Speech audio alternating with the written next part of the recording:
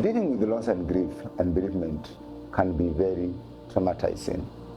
In fact, dealing with death and the loss of death and the ensuring process is greatly disturbing.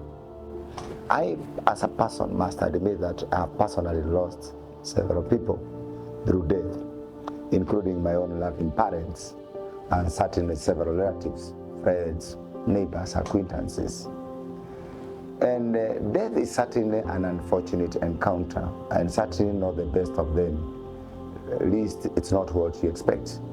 As a counseling psychologist also, I have assisted several people in dealing with these unfortunate circumstances.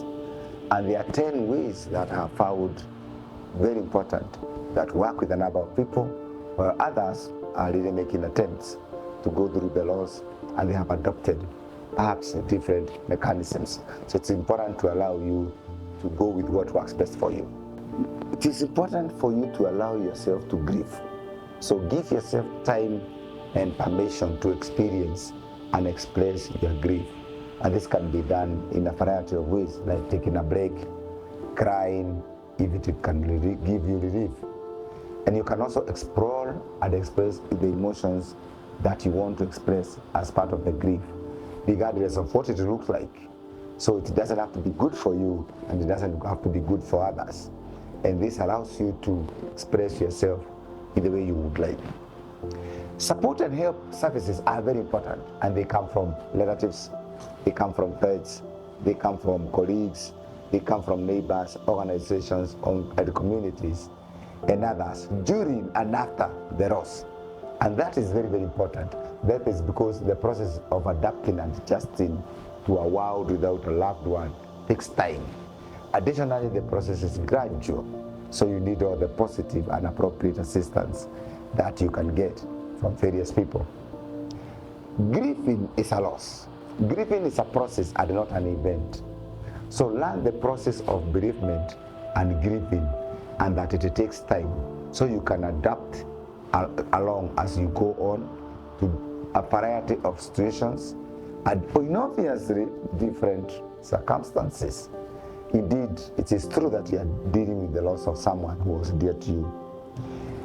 The funeral and the burial, for instance, are not the end by themselves. So it's just that you adapt to the new order of things, if you say so. Slowly and carefully get back to regular life. It is imperative that you adjust as you get along with the activities of daily living, what we call ADL. Start small activities of daily living. Start small, like drinking a lot of water and other fruits, and then eating a healthy diet. It's also possible you may not have appetite, you may be losing sleep. So take a shower, relax a bit. Every time you get a bit of sleep, and then after the funeral, you can slowly get back to your regular activities and adjust as and as long as you go along. Talk about the person, about the loss, and what happened. And it is important that you do this with someone, either someone close to you, a colleague, a friend, someone who you trust, or even someone who is a counselor. And talking about the person, about your dreams, about your aspirations, and what the effect of the loss means, enables you to recapture your life, and you start feeling that you have your life even without this person, because in context you believe that you can go on, you feel inspired, and there are those things that the dreams of this person and the issues that you discuss with this person, or the issues this person assisted in your life, are able to come back to you as a reflection. So it's important that you can talk to someone whom you trust and whom you feel comfortable with. And this doesn't have to be necessarily a counselor. It can be a friend, a family member, or anybody whom you trust.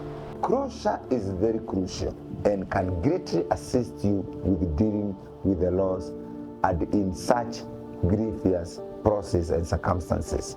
This includes attending the funeral, of course, finding out the actual cause of death, and allowing the person to go. That is, accept the person as was certainly a very important person to us. Of course they were, and very critical, and this was a part of you as well, and that he or she has left.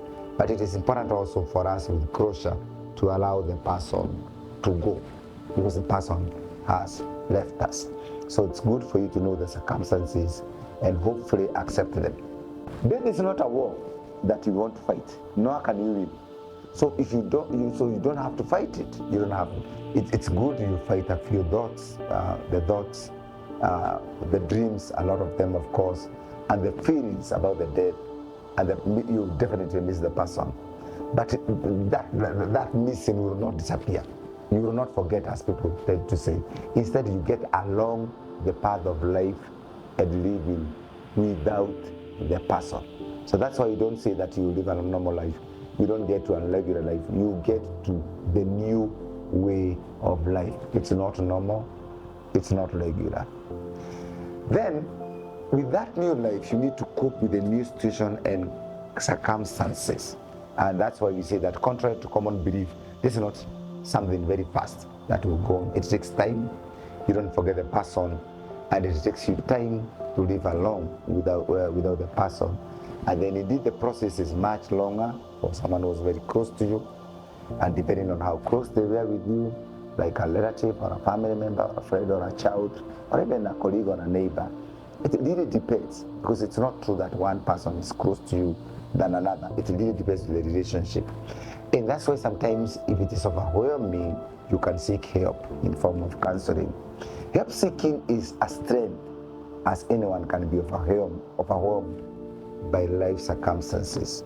And if they are so overwhelming, it is good for us to seek assistance and help. It's also important for us to understand that life and death are intertwined. Just like there is life, there is death. So it is imperative that we understand that life and death are a bit weirdly two sides of a coin. For just as there is life, there is death. And the thing is, we find ourselves in this life, but death finds us here. So it's not one of the most comfortable situations that we find ourselves in. It's really uncomfortable, but it is important that we try to comprehend it. We may not. That's why I'm saying we try. Finally, it is important for us then, in all this process, to gain confidence in the people you love and in yourself. And then you cherish your life and the moments that you live, and then your dreams. And then you spend time with the people you love. And as you spend time with other people and in things that are meaningful, this provides a meaning and a purpose in life and in living.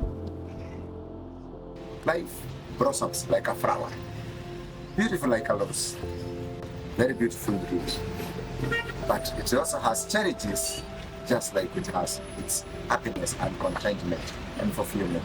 And that's why sometimes it withers, just like a flower, ends up withering.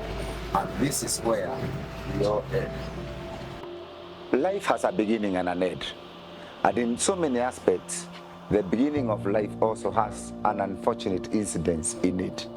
In many instances, our lives will end, and we will end up somewhere inside a coffin or a graveyard where at the end of our lives we all pass on. And it's important for us to realize that in this life and in times, we need to ask ourselves, how will it all end? That's why we must also respect the dead. We must respect each other.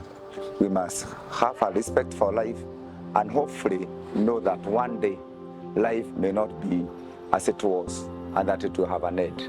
Let that end be a wonderful beginning for every one of us.